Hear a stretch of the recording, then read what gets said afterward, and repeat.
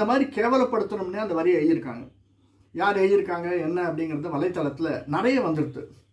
எனக்கு நாம் இதை பற்றி பேச வேண்டாம் அப்படின்னு தான் நினச்சிட்டு இருந்தேன். ஏன்னா இதுக்கெல்லாம் இம்பார்ட்டன்ஸ் கொடுக்கணுமா, தேவையில்லையே அப்படின்னு தான் கொஞ்ச காலமாக மற்ற ஆக்டிவிட்டீஸில் ஈடுபடாமல் இருக்கிறது, இந்த மாதிரி வரக்கூடிய கருத்துக்களுக்கு பதில் சொல்லாமல் இருப்பது அப்படின்னு பல பேர் அதனால தான் ஒதுங்கி இருக்காங்க. ஆனால் ஒதுங்கி இருப்பவர்களையே திரும்ப திரும்ப திரும்ப திரும்ப குட்டுவது என்பதே தமிழர் கலாச்சாரமாகிவிட்டது. ஒரு செக்ட் ஆஃப் பீப்புளுக்கு அதே கலாச்சாரம். அவர்கள் நசுக்குகிறார்கள், அதை செய்கிறார்கள், இதை செய்கிறார்கள், இப்படியே சொல்லி சொல்லி வெறுப்பை கிளப்பக்கூடியதாக அமைந்திருக்கிறது.